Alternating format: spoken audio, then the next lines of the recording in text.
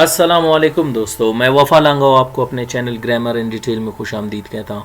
अगर आप नए और चैनल को सब्सक्राइब नहीं किए हैं तो चैनल को सब्सक्राइब करें, बेल आइकन को प्रेस करें, वीडियोस को लाइक करें ताकि आपको ग्रामर के हवाले से मज़ीद वीडियोस की इन्फॉर्मेशन मिलती रहे। आज हम डिस्कस करेंगे डाई ट्रांजिटिव वर्ब ड्रा कि हम इसको एक्टिव वॉइस से पैसिव वॉइस में 4 तरीके में कैसे चेंज करेंगे। इसको चेंज करने से पहले हम डाई ट्रांजिटिव वर्ब की डेफिनेशन की तरफ बढ़ते हैं। डाई या डी के मानी है दो, ट्रांजिटिव जिसको हम जो पैसिव वॉइस में चेंज हो सकता है, वर्ब जो एक्शन जाहिर करता है उनको हम डाई ट्रांजिटिव वर्ब्स कहते हैं। Those verbs which need two objects, ऐसे वर्ब्स जिनको दो ऑब्जेक्ट की जरूरत हो, and can be change in passive voice into 4 ways, और उनको हम पैसिव वॉइस में 4 तरीके में चेंज कर सकते हैं। उनको डाई या डी ट्रांजिटिव वर्ब्स कहते हैं।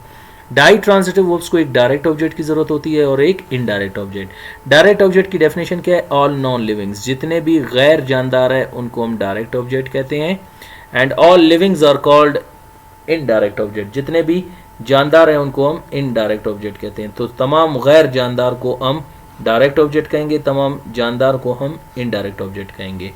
डायरेक्ट और इनडायरेक्ट ऑब्जेक्ट को डाई ट्रांजिटिव वर्ब की ज़रूरत की होती है। अगर आप इनके साथ एक ऑब्जेक्ट लगाएंगे तो मानी मुकम्मल नहीं होगा, इसीलिए आपको इनके साथ 2 ऑब्जेक्ट लगाना होगा। अगर मैं कहता हूँ ई ड्रॉज मी, आज की वर्ब से हम डिस्कस करेंगे। ई ड्रॉज मी, वो मेरे लिए बनाता है या खींचता है।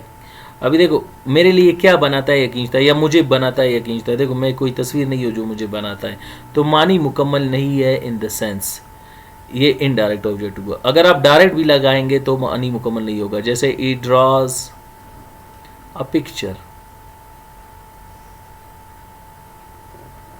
वो एक तस्वीर बनाता है या खींचता है। अभी वो एक तस्वीर बनाता है या खींचता है किसके लिए? तो इसके लिए इनडायरेक्ट ऑब्जेक्ट डायरेक्ट ऑब्जेक्ट का होना, दोनों का होना ज़रूरी है। जैसे मैं कहता हूँ ई ड्रॉज मी आ पिक्चर, वो मेरे लिए एक तस्वीर बनाता है, तो मानी मुकम्मल हो गया कि वो मेरे लिए बनाता है क्या? एक तस्वीर। वो एक तस्वीर बनाता है किसके लिए? मेरे लिए। वैसे तो हम इनडायरेक्ट ऑब्जेक्ट को यानी जानदार को शुरू में लाते हैं और गैर जानदार को बाद में। अगर आप कहते हो कि जानदार को गैर जानदार की जगह पे और गैर जानदार को जानदार की जगह पे लाऊं, तो याद रखिए आप इनडायरेक्ट ऑब्जेक्ट यानी जानदार ऑब्जेक्ट के साथ प्रीपोजिशन लगाएंगे। जैसे ई ड्रॉज अ पिक्चर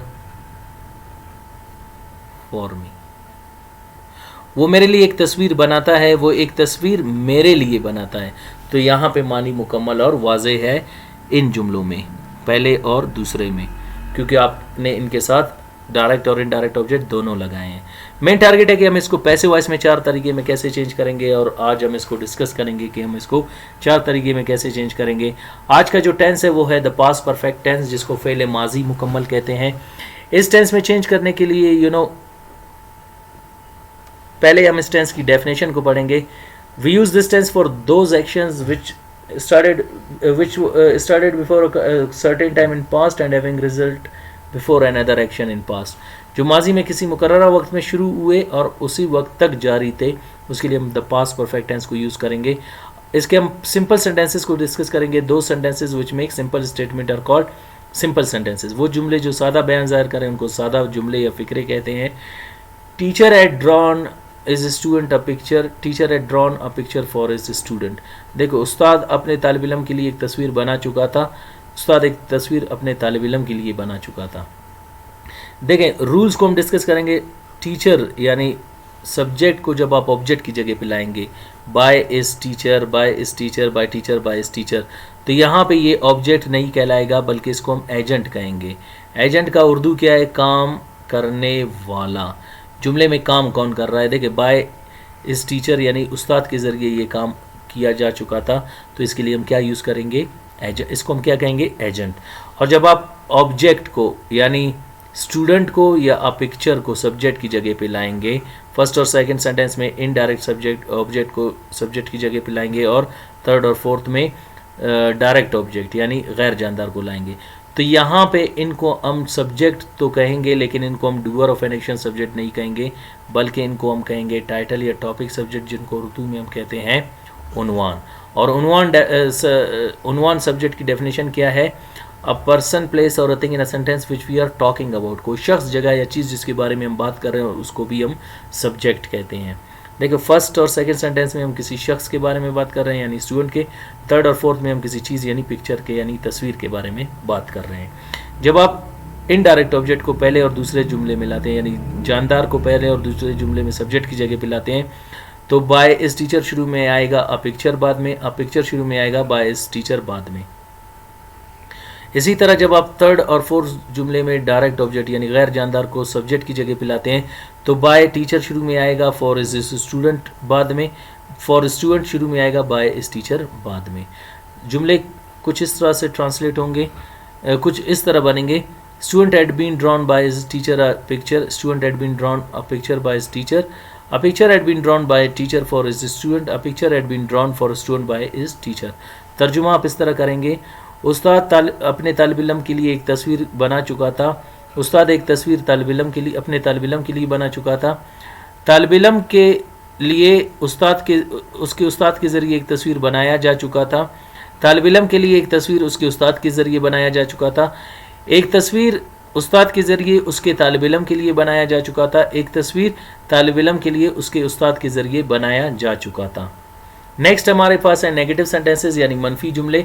दो sentences in which we deny the statement, reject the statement, refuse the statement are called negative sentences. वो जुमले जिनमें हम बयान को इनकार करते हैं, रद्द करते हैं, नहीं मानते, उनको मनफी जुमले कहते हैं। Teacher had not drawn his student a picture, teacher had not drawn a picture for his student. Student had not been drawn by his teacher a picture, student had not been drawn a picture by his student, a picture had not been drawn by teacher for his student, a picture had not been drawn for student by his teacher। उस्ताद अपने तालिब इल्म के लिए एक तस्वीर नहीं बना चुका था। उस्ताद एक तस्वीर अपने तालिब इल्म के लिए नहीं बना चुका था। तालिब इल्म के लिए उसके उस्ताद के ज़रिए एक तस्वीर नहीं बनाया जा चुका था। तालिब इल्म के लिए एक तस्वीर उसके उस्ताद के ज़रिए नहीं बनाया जा चुका था। तस्वीर उस्ताद के ज़रिए उसके तालिब इल्म के लिए नहीं बनाया जा चुका था। तस्वीर तालिब इल्म के लिए उसके उस्ताद के ज़रिए नहीं बनाया जा चुका था। नेक्स्ट हमारे पास है इंटरोगेटिव सेंटेंसेस, सवालिया जुमले। दो sentences in which we ask question put queries are called interrogative sentences. वो जुमले जिनमें हम सवाल पूछते हैं उनको हम सवालिया जुमले कहते हैं। Had teacher drawn his student a picture, had teacher drawn a picture for his student. Had a student been drawn by his teacher a picture, had a student been drawn a picture by his teacher, had a picture been drawn by teacher for his student, had a picture been drawn for student by his teacher। क्या उस्ताद अपने तालिब इल्म के लिए एक तस्वीर बना चुका था? क्या उस्ताद तालिब इल्म के लिए अपने तालिब इल्म के लिए तस्वीर बना चुका था? तस्वीर अपने तालिब इल्म के लिए बना चुका था। क्या तालिब इल्म के लिए उसके उस्ताद के ज़रिए एक तस्वीर बनाया जा चुका था? क्या तालिब इल्म के लिए तस्वीर उसके उस्ताद के ज़रिए बनाया जा चुका था? क्या तस्वीर उस्ताद के ज़रिए उसके तालिब इल्म के लिए बनाया जा चुका था? क्या तस्वीर उस तालिब इल्म के लिए उसके उस्ताद के ज़रिए बनाया जा चुका था? नेक्स्ट हमारे पास है फॉर्मल सेंटेंसेस, रस्मी जुमले। दो sentences in which we ask questions, deny the statement, we ask them in a formal and polite way are called formal sentences. वो जुमले जिनमें हम सवाल पूछते हैं, बयान को इनकार करते हैं, उन्हें गैर रस्मी तरीके से, अदबी तरीके से अपने से बड़ों के साथ या उनके साथ जिनके साथ क्लोज नहीं है उनके साथ इस्तेमाल करते हैं। और फॉर्मल सेंटेंसेस का कंप्लीट नेम है नेगेटिव इंटरोगेटिव फॉर्मल सेंटेंसेस, रस्मी जुमले। Had teacher not drawn his student a picture, had teacher not drawn a picture for his student. Had student not been drawn by his teacher a picture, had student not been drawn a picture by his teacher, had a picture not been drawn by teacher for his student, had a picture not been drawn for a student by his teacher। क्या उस्ताद अपने तालिब इल्म के लिए एक तस्वीर नहीं बना चुका था? क्या उस्ताद तालिब इल्म के लिए एक तस्वीर नहीं बना चुका था? क्या तस्वीर अपने तालिब इल्म के लिए नहीं बना चुका था? क्या तालिब इल्म के लिए उसके उस्ताद के ज़रिए एक तस्वीर नहीं बनाया जा चुका था? क्या तालिब इल्म के लिए एक तस्वीर उसके उस्ताद के ज़रिए नहीं बनाया जा चुका था? क्या तस्वीर उस्ताद के ज़रिए उसके तालिब इल्म के लिए नहीं बनाया जा चुका था? क्या तस्वीर तालिब इल्म के ज़रिए तालिब इल्म के लिए उसके उस्ताद के ज़रिए नहीं बनाया जा चुका था? नेक्स्ट हमारे पास है इनफॉर्मल सेंटेंसेस जिनको हम गैर रस्मी जुमले कहते हैं और इनका कंप्लीट नेम है नेगेटिव इंटरोगेटिव इनफॉर्मल सेंटेंसेस।